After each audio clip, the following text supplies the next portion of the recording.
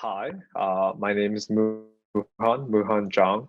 I was born and raised in Boston, and most recently, I was the Chief Operating Officer for the Andrew Yang 2020 presidential campaign. Cool. Okay. So it's been a while since we met. What's one way that you think you changed from the Yang 2020 campaign? Like organizing it, what do you think you took away from it? Sure. One of the like the big motifs and themes I've taken away from the campaign, and certainly Yang was, I think, emphatic about this in direct and indirect ways, but really the idea that there's no extraordinary people, only ordinary people who sometimes make extraordinary decisions. Mm, And what that means for me is, right, like I joined the campaign in September 2017. So when we had met, that was actually a year later. And then now we're fast forwarding a year and a half later. And so the normalness, I suppose, of how I feel, of how I imagine candidates must feel about their day-to-day lives, stays. Certainly, I still feel like a normal person. And yet I understand that the whole point is that that's actually normal. We're mm. people at the end, and we get put into situations where certain opportunities present themselves, and then we make decisions, and sometimes they turn out fabulously. Most of the time, they don't. But life is feels like a balance of those different types of decisions. Wow, that's really insightful. Um, just like expanding on my earlier question, what do you think was the most rewarding and most difficult part of organizing the campaign or just like being a part of it? When I joined the campaign in 2017, Andrew Yang Mm, had emailed me. No, he called me. He called me out of the blue in April 2017 to mhm. tell me he was running for president and he needed someone to build his website. So that was my calling card. And the reason why I knew I had to do this, above all, was Mhm. because Yang's nonprofit Venture for America Yeah. had a certain worldview about the direction America was heading in, what it was doing to young people, and how we can try to solve those things. So the direction it was heading in, the idea was that America is not headed for great places because entrepreneurship is at an all-time low. Yep. And what young people were feeling about it, certainly myself at that time felt, was uh, somewhat dismal and reluctance regarding optimism for the future. Right, student debt is going up, college tuition is going up, healthcare Mhm. costs are going up, real estate prices are going Yeah, up. It's everything. just Mhm. everything is going up, and everything just feels more stressful in a way that talking with older individuals, at least I think the more mindful ones are like, something's a little bit different, right? It is generally generationally a little bit different. And then lastly, I think what was interesting was Yang's nonprofit VFA was trying to solve the problem by building a roadmap for young people to enter entrepreneurship, Mhm. specifically startups, right? So that's venture capital backed entrepreneurship. And after my 2 years in VFA, actually after 1 year in VFA, I remember writing him my mid fellowship update. I had come to the conclusion of somewhat despair, where I had switched to a different job. I was learning a lot of stuff. I had started a business on the side. I started a coding bootcamp student dormitory, Mhm. and I saw no optimism for how people like me were supposed to start businesses and then start companies that hired other people. Yeah, It it seemed really seemed crazy for like, sure. mhm. Yeah. And so I think that worldview, that was unfortunately very pessimistic. Like, oh gosh, America is not going well, and I'm not sure that Venture for America is helping to solve it. He was, at the time when I wrote that update, very, very encouraging. Where he's like, "Hey, we're going to solve it. Venture for America. We're so proud of all of you guys for doing these things in these cities. You've taken on the challenge, and like, keep your head up, whatever have you." Then Donald Trump won in 2016. Yeah. I think that caused many people in America to really wonder, like, what does it mean that Donald Trump won over Hillary Clinton, right? And so I think by Mm. April was when Andrew had come to the conclusion that automation had eviscerated jobs at an alarming rate in America, and that Americans who had never rebounded from the financial collapse were the reason that Donald Trump had won in Yeah. 2016. And so that logic made complete sense in my mind. It matched my experience. It was getting to work for someone who I know had sold a business, and then someone who had started Venture for America, obviously was the fellowship program I did. And so those two things combined together between a really strong candidate and someone whose worldview I matched with very, very, very well was what caused me to join him in 2017. Before I forget your question, to really bring it back. So I think in 2017, 2018, certainly when we met, the campaign was still very much a fringe movement. 2019, even, I would say it was quite fringe until maybe about towards the end when we started outlasting governors, established politicians, senators, whatever have you. And so, right? Yeah, that was so empowering. And so it was extremely empowering. And I think to conclude, unfortunately, I believe that we were proven right on just about everything when COVID struck, right? When COVID struck, you had unemployment soar to 15. People were really panicking about how they were going to pay their bills. The United States cut a $1,200 stimulus check to every American who paid taxes. And so that to me was unfortunate because you don't hope that type of thing to happen. But as someone who had spent prior to 2020, the last 3 years of my life full time trying to make this argument like, hey, something is wrong here, only a very few people can get rich, not only just rich, but have economic stability.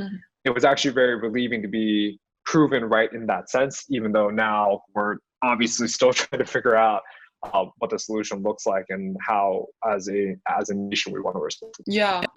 I do understand that part you said about it being a little bit relieving to be like proven correct, although it was correct in the bad sense. But yeah, I definitely feel like sometimes we see these things coming, but it's like we don't really do anything until it gets too late. And I guess that's what Mr. Yang was trying to do, was to like prevent this thing that he sees that's coming from happening. And it's definitely really worrisome what's happening now, especially with COVID, when we're seeing all of these things that you guys predicted, like starting to come in, like automation coming on the high, especially with all of this job loss. I don't know, it just feels like karma almost, just like a little bit. In software engineering, we have this term called technical debt. And the idea of technical debt is that you'll write really bad code that works, but it doesn't make sense with the rest of the program that you're writing. And the more types of code like that you write, at one point your system is so duct taped together that you can't actually make meaningful improvements to the system. You have to like pay off your technical debt and then make kind of large system-wide reforms and refactoring. So to what you were saying about karma, for sure, I feel that is a really good way of expressing it. America has, in my opinion, really been ignoring the well-being of the vast majority of our people, and we've been fooling ourselves in a way of like trying to get around it with band-aids.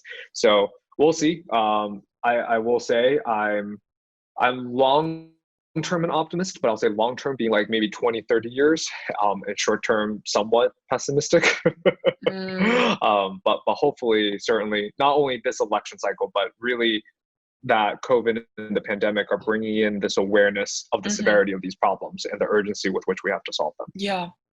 I guess on that end, I'm like a little bit grateful, just because, well, not to say it's positive, because have definitely been devastating consequences from the underlying problems in our system.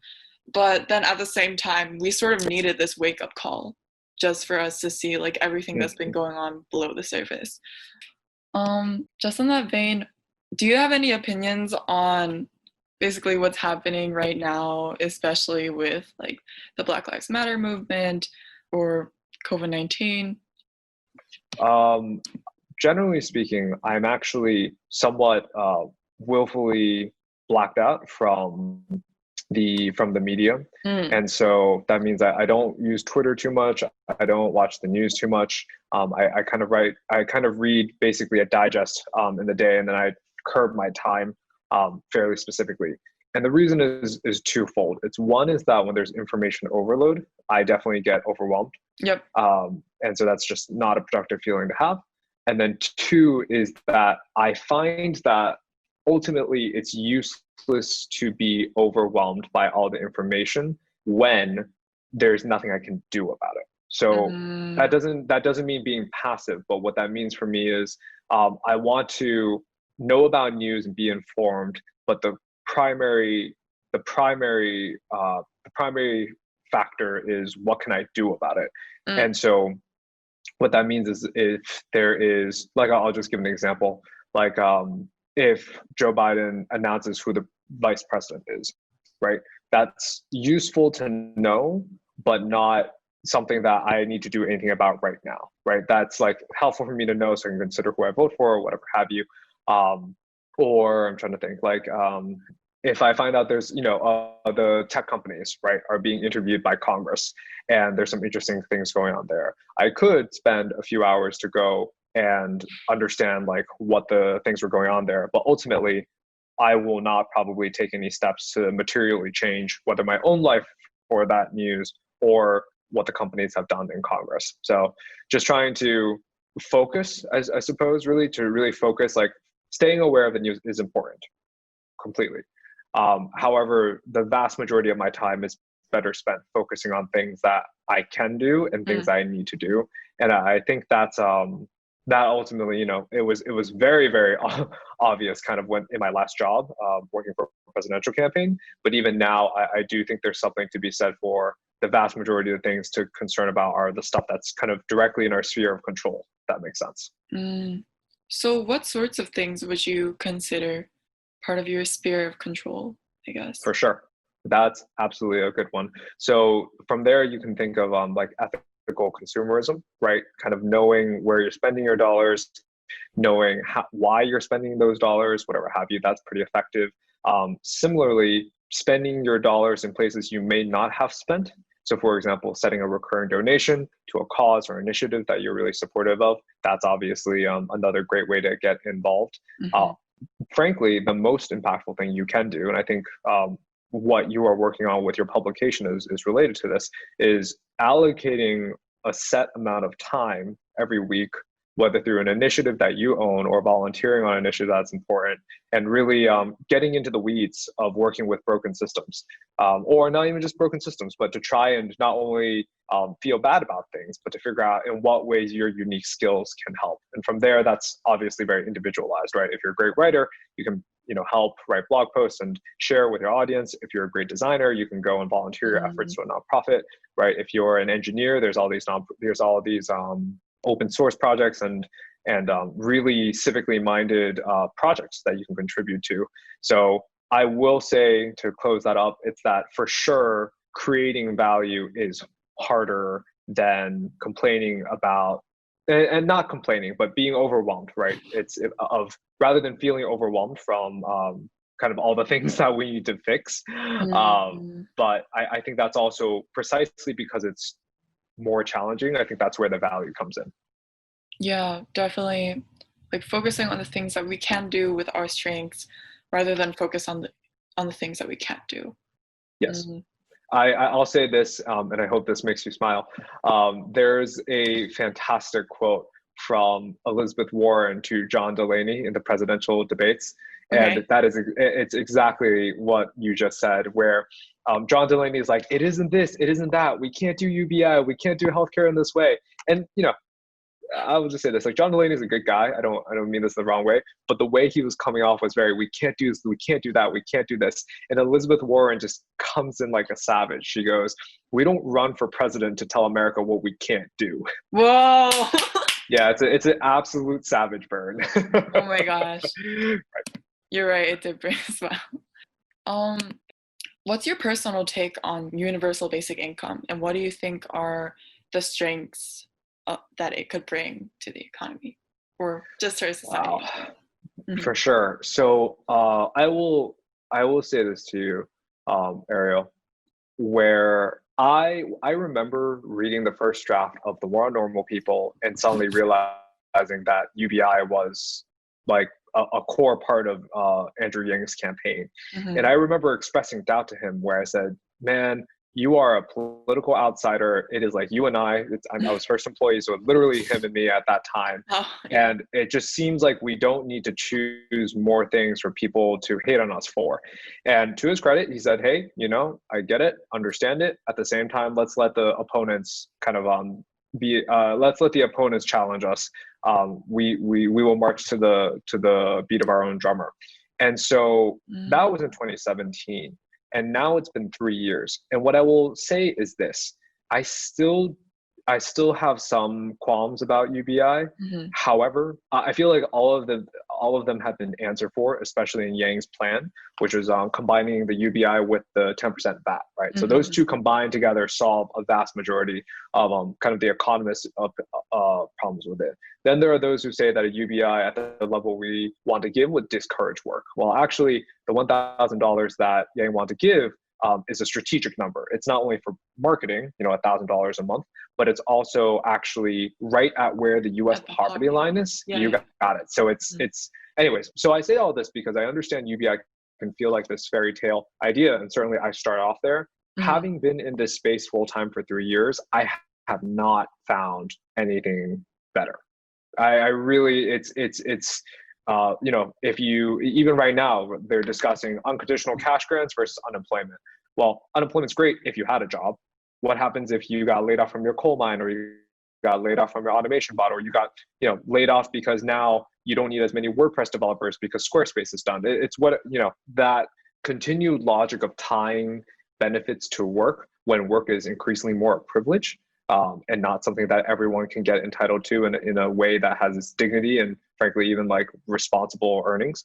I haven't seen anyone come up with something better yet. So if you do, keep me posted. I think the benefits for society, the interesting thing about UBI is that it really is so expansive, all the benefits that it can do, right?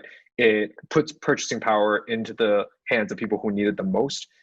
There was some study by the Roosevelt Institute that said like 98% of Americans under a 10% VAT and $1,000 a month plan immediately benefit, right? It compensates, or at least provides a floor for those who choose to do the incredible and valuable but uncompensated forms of labor. So think of taking care of the old, taking care of family, mentoring someone. And again, it seems like at the end of the campaign, everyone agreed that it's where we had to head to eventually, but they will always say it's too early right now. Well, then COVID happened. And now it's like, sorry, okay, you wanted to wait until it was too late. Well, here we are, right? And then Mr. Trump handed out the checks. Which is very savvy, very politically savvy on his side. It hasn't been made recurring yet. I think that's, so not only there's two things that I personally think are really important to the UBI becoming sustainable. Is one is it obviously needs to be recurring, not just a one-time check. And then two is it needs to be sustainably funded, right? If we just give people more ability to consume without thinking who has kind of the excess that we should be taxing appropriately, then you've got something that is economically unsustainable and is fiscally irresponsible. I guess one question I had for UBI, since each state has like sort of a different amount of money that you need to sustain yourself like at the poverty line. For example, like living in Manhattan would be very different from living in like some rural suburb. I guess what I'm trying to ask is, would you give people living in those different places different amounts of money? And would that make it easier for certain people to potentially cheat the system or try to get more UBI? The idea that we had of executing a UBI was $1,000 for everyone, no matter where you lived.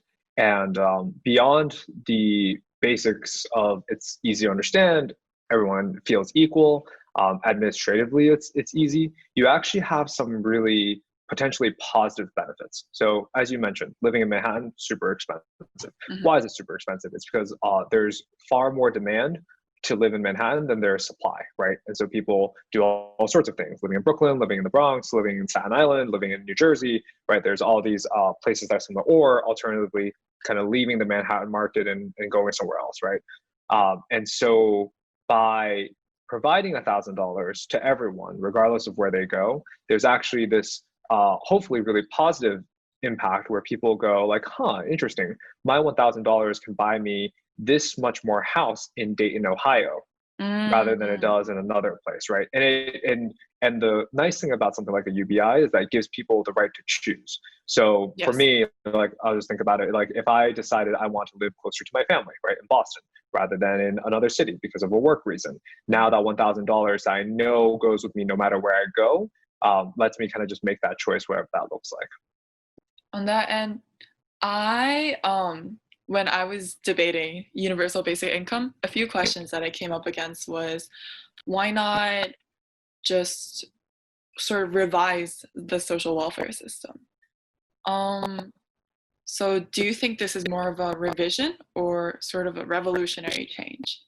That's a really good question. So revising and revolution are two sides of the same coin, right? It's the main difference between them is what speed are you going at? So if you're going really, really fast in one generation, then it looks like a revolution. If you're going gradually through multiple generations, it looks like a constant revision.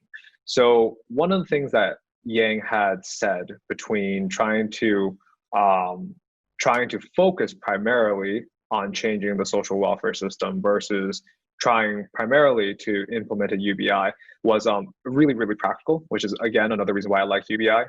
The United States has not really been able to pass profoundly dramatic welfare legislation, as far as I know, for quite a bit, right? Like you had the Great Society, Medicare, Medicaid, you had Obamacare, helpful in terms, I got to stay on my mom's insurance until 26. Like these are concrete, great things. But in terms of anything like the jobs programs after World War II, right? Or anything like Nixon trying to pass UBI, like a family income, a guaranteed minimum income. We haven't had anything of that dramatic scale for quite a bit. And the position that I became convinced of was that if there's anything that the United States government is extremely able to do, and we can get done on a very, very clear timeline, it is sending large amounts of checks to large amounts of Americans on time and consistently. Whereas, Congress, I will give them credit, they were able to pass kind of the first relief bill, right, for Americans. Even the second one right now is being stalled, right? And we're still in the pandemic. So I think part of that was a really practical, cogent assessment of kind of where our country is today with institutional distrust, with with a stalled government system, et cetera, et cetera. Yeah. So I sort of want to branch off a little bit into why you might think that universal basic income was able to garner so much support from different sides of the political spectrum, and how it has so much appeal to all these different people from different walks of life. I like to think that UBI certainly had intellectual appeal, right? Like it's challenging. We certainly got our share of how do you pay for it? What happens if people game the system? What happens if people don't work? You have your share of the questions.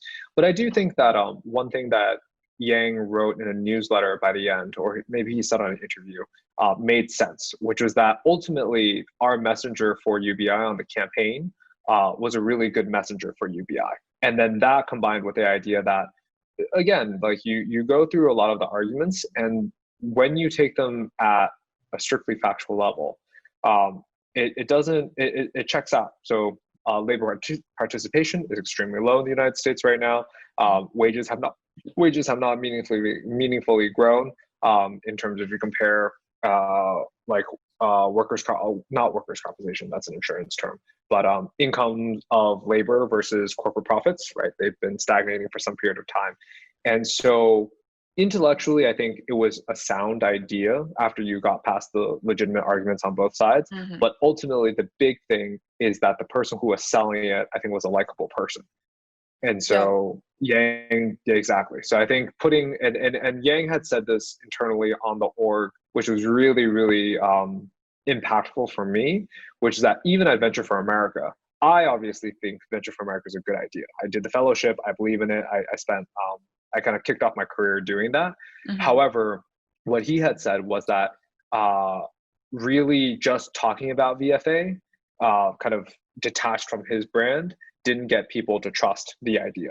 It wasn't until he got people to buy into him and then say, "Hey, if you believe in me, you should believe in this idea." Really Mm-hmm. giving this leader, this icon to attach to an idea. That was what made VFA take off, right? In terms of continuing to fundraise, in terms of getting Mm-hmm. people to sign on as fellows, et cetera, et cetera.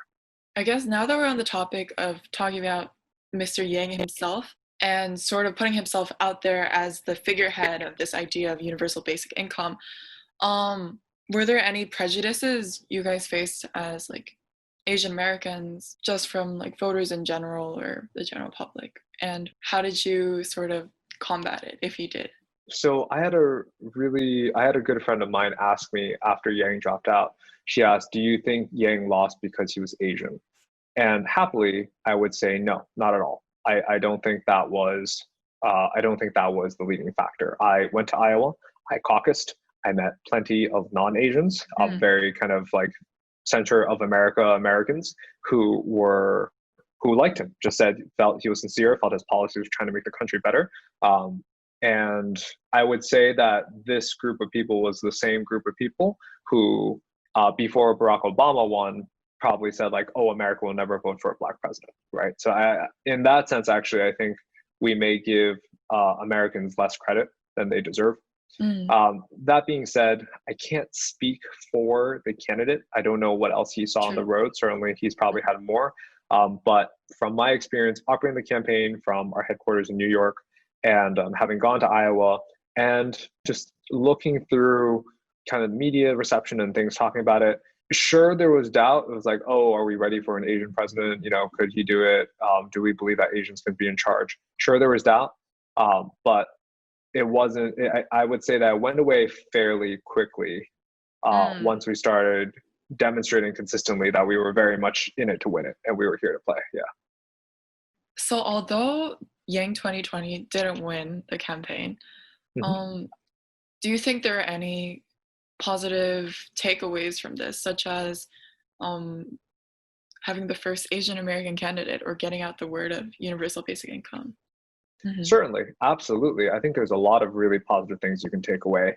I think one, I'm very proud to have mainstreamed just such a thoughtful process and outcome oriented individual who now can provide this voice and has this platform to really engage in the greater public discussion of a variety of things. So that like Yang has made it. He is here to stay. He's going to continue working through his Humanity Forward organization. He's going to continue to be a public figure. And I'm sure that that will have positive effects, just knowing the way he thinks and knowing the issues that he cares about. So that certainly as getting someone else who has a strong voice to advocate for solutions to a certain set of issues, very, very positive.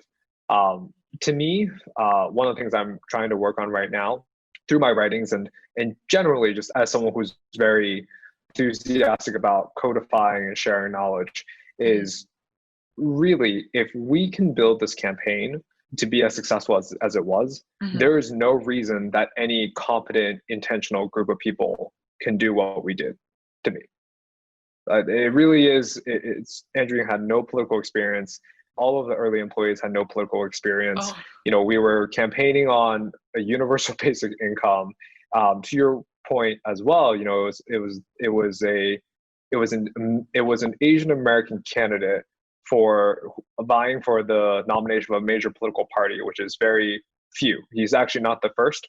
I think Patsy Mink was the first in the 1960s, and someone on the Republican side also ran as well who was Asian. But again, it's the exception, not the rule, right? So from the Asian representation side, certainly I think there was possible. It showed that mm-hmm. competence is very powerful. And then two, I think from the benefits that the nation has got, that $1,200 check that came in, I received it.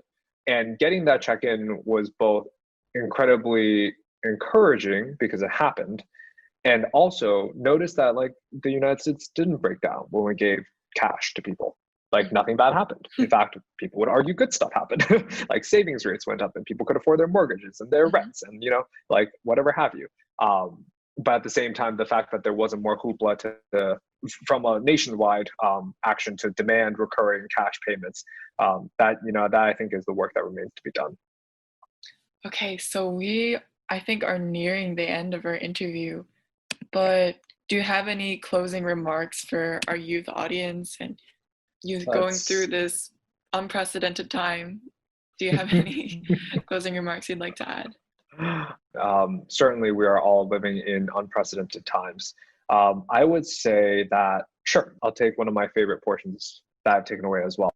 So in 2018, I must have heard every excuse for why Yang would have no shot, right? He was Asian, political outsider, how do you pay for UBI? This is way too futuristic, et cetera, et cetera, et cetera.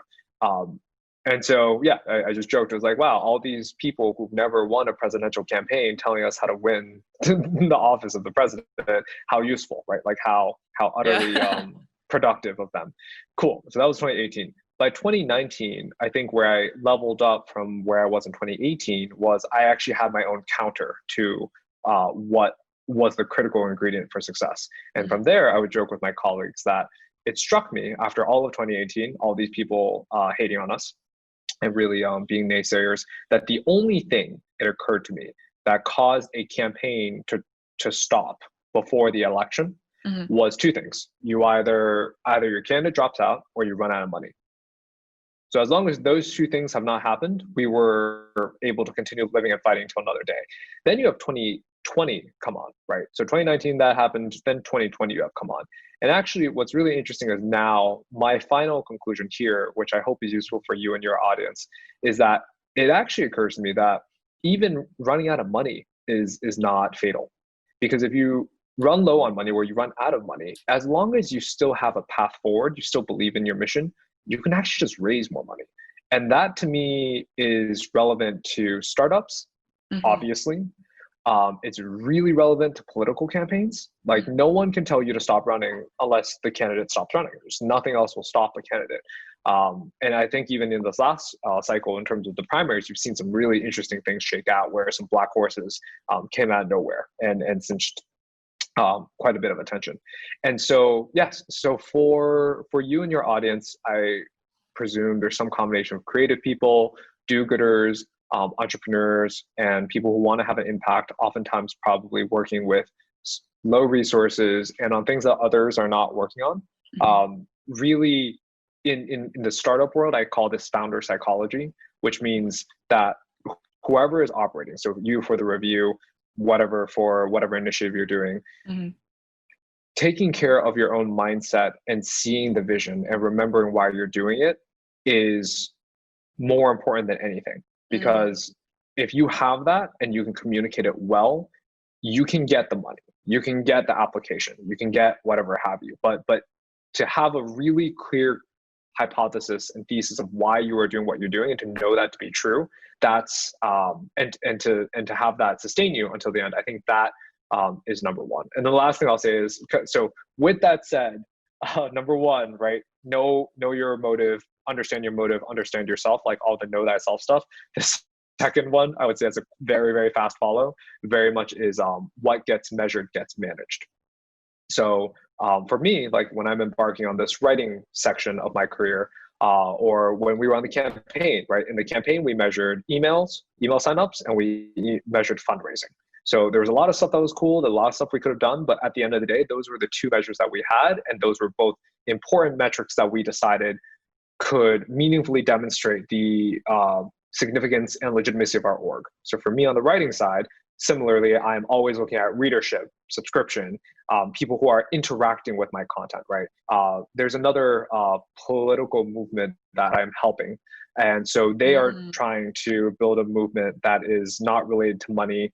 And similarly, because of COVID, cannot have rallies, right? Like kind of political movements and protests in person. They don't want to jeopardize the health, and they don't want people to think that that kind of unruly behavior is associated with them. So what I said to them was exactly the same thing. I said, it is okay to not measure money. It is okay to not measure whatever it is. But when you think of the key limitation for your org, such as legitimacy or such as funding, whatever have you.